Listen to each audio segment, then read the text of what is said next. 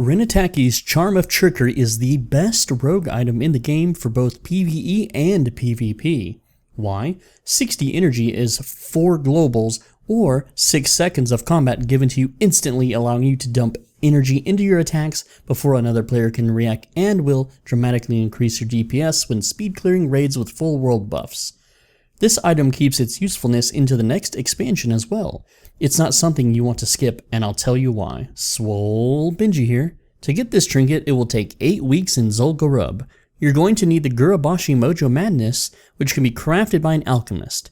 The alchemist will need to have the Blood of Heroes, and you can give them a Black Lotus, 6 powerful mojo, and 1 massive mojo. They can learn this recipe from the large stone tablet hanging on the wall behind the brazier. It's the section in zul'gurub with all the imps. They're going to need to have 300 alchemy to learn it, and upon crafting it, you'll have 3 charges. You need 4 total charges to get all the items required. You can also just buy them off the auction house. With the Mojo Madness, you just throw it into the fireplace after clearing the trash. I highly recommend clearing the trash. I was part of a speed clear mega tryhard guild, and we still wiped on trash a few times. If you use the website edgeofmadnesscalendar.com, you can see which boss will be summoned. You can also examine the tablets on the walls to see which boss is active. Once you kill the boss, you will need to loot the respective part: Grelek's blood, Renataki's tooth, Wushulei's mane, and Hazra's dream thread. Each boss kill drops 1 to 3 of these items, and you get 2 weeks before the boss rotates out, or about 4 clears. If you miss one of the bosses, you have to wait 8 whole weeks for it to rotate back around again. So be diligent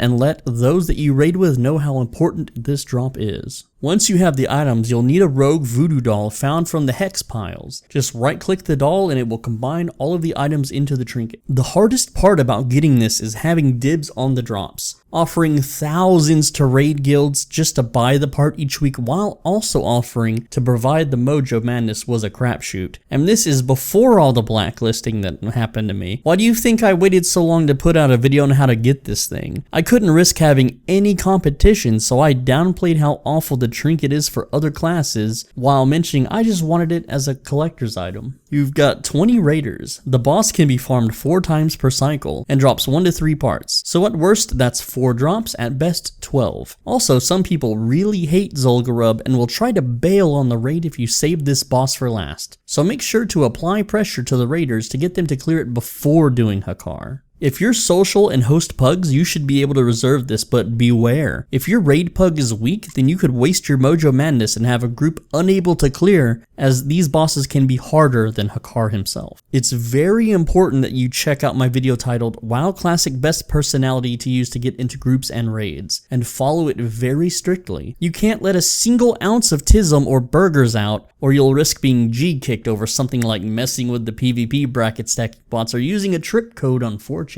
This trinket turns you into a PvP god. Imagine if mages could shoot 2 frost bolts at once. If warriors could mortal strike you twice in a row. How many times have you wanted to just have a tad bit more energy before that cheap shot wears off to use a skill? Well, now you can. This is also amazing for mob farming if you swap to it 30 seconds before it goes off cooldown. The top parsing rogues in the world use this to squeeze out a few extra attacks.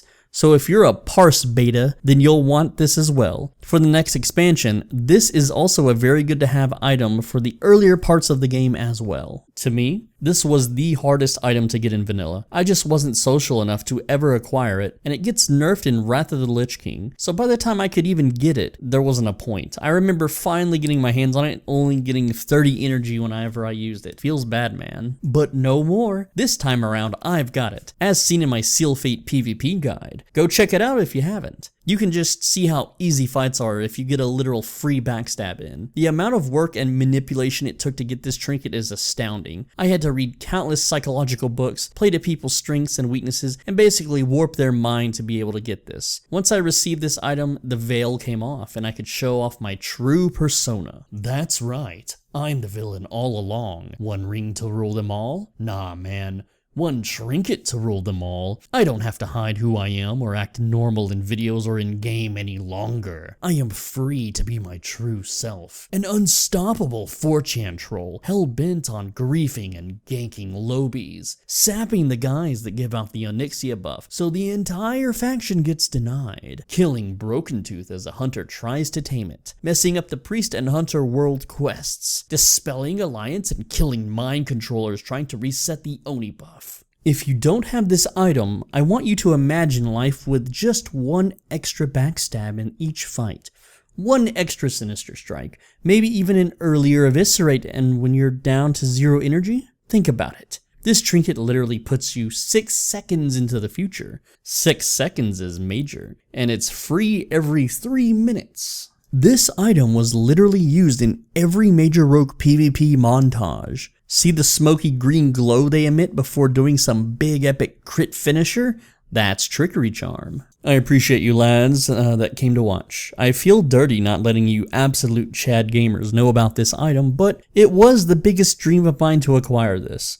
Actually, it was a dream to have a full tier 2 Perdition Blade Corehound Tooth as well. Something I wasn't really able to do in vanilla because of my antisocial tendencies and the fact that I had to work a really demanding job in retail. So yeah, I wasn't ever able to get any of this gear until Nax rolled around when no one really needed it anymore. I think it's just so cool that at one point in Classic, I was the second highest gear score Horde Rogue in the world. That is just so cool. I honestly don't think I could have done it without you guys. Yes, you, the viewer, the subscriber, the commenter. I honestly don't think so. Like, without you guys, I wouldn't have, like, the clout, as they call it, to have any kind of influence to even be in a guild, really. If I wasn't a YouTuber, I doubt I'd have, you know, the influence to convince other rogues in the DKP guild I was in to even let me gear up first. Unfortunately, the guild I was in turned out to be not based and not red-pilled. It was just another little worker bee guild where if one of the cogs wasn't bending the knee to the PvP botnet,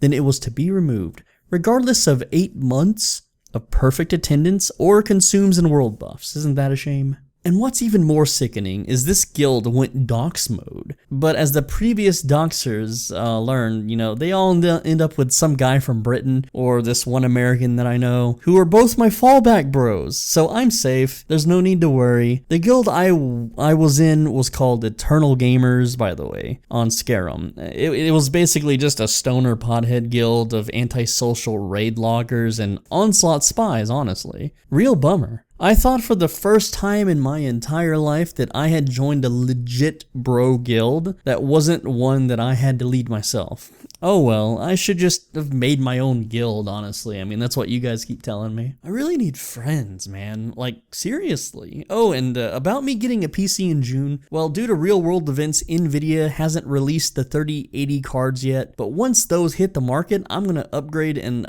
hopefully not run into any roadblocks to churn out more videos and even stream. Like, I want to start streaming again. I really do, guys. But I don't know, we'll see. For the time being, I have quit World of Warcraft, and I'm willing to return when transfers to Fairlina opens. Otherwise, there's nothing for me to do. Like, Scarum's alliance is 100% dead. Yeah, the previous video shows the one raid guild I killed and dispelled, but they raid logged the rest of the week, so why should I pay a subscription as a homeless man living in a van when there's only people to play with 4 days out of the month? Anyway, lads, thanks for watching, and I'll keep making them if you guys keep watching. In the meantime, I want to share Albion Online content until Fairlina opens. As always, be a bro and stay swole.